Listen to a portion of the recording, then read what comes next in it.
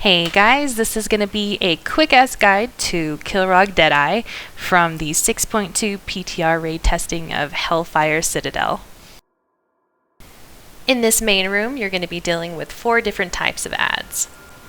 The biggest mob with the largest health pool is going to be the Hulking Terror. The boss will spawn him occasionally, and it needs to be picked up by the second tank, faced away because it does have a frontal cone, and interrupted. If that interrupt does not happen, it sucks for the whole raid, so make sure that gets done. The next mob you need to worry about is the Salivating Bloodthirster. They're going to spawn in a staggered grouping of 2 from either side of the room and slowly make their way towards that green pool at the back end of the room. You want to stop them before they get there. They don't have a huge health pool and they can be slowed, rooted, all that good stuff.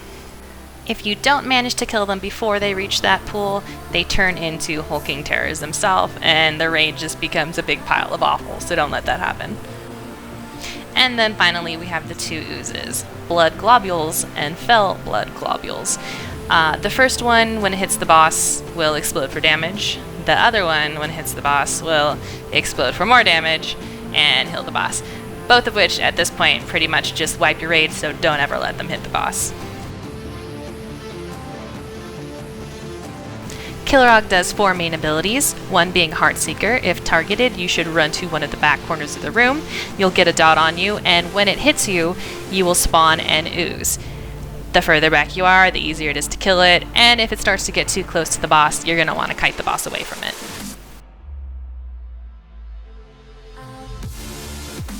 The next ability is Death Throws, which is going on right now in the video, as you can see. He does an AoE around him, which does less damage to you the further you are away from him, and shoots missiles out. Don't stand in those. This is the spot where you're going to want to use some raid cooldowns.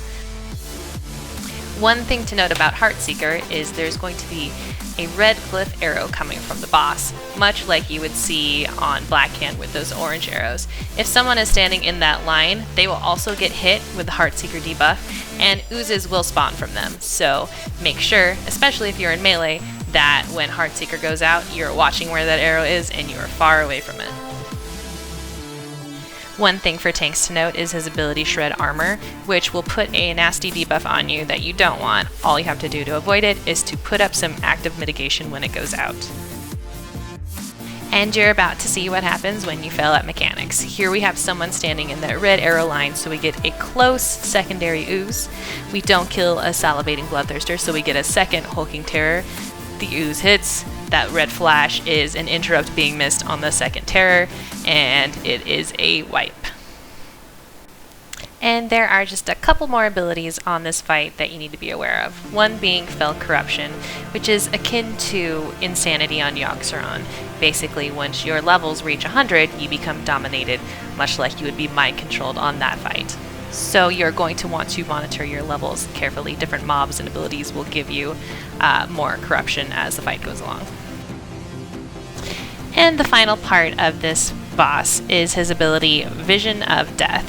He'll do a channeled cast, spew green stuff out of his eye, and put down 2 green glyphs on the ground where he is spewing all that eye junk. Basically, you're going to have 2 people standing in each one of those glyphs, and they're going to be ported into a demon room. In the demon room, you're going to face 3 different types of mobs. First are imps, which do a cast called Fellblaze, which must be interrupted or you will die. Next are the mistresses, which do an uninterruptible cast called Cinder Breath, which is a frontal cone to your face. And finally, the fiends, which explode when they die and leave pools on the ground.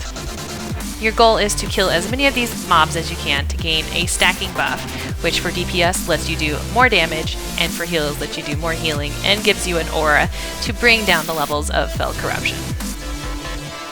Once your time is up in the portal room via death or other means, you then have your buff for 1 minute to use on the boss.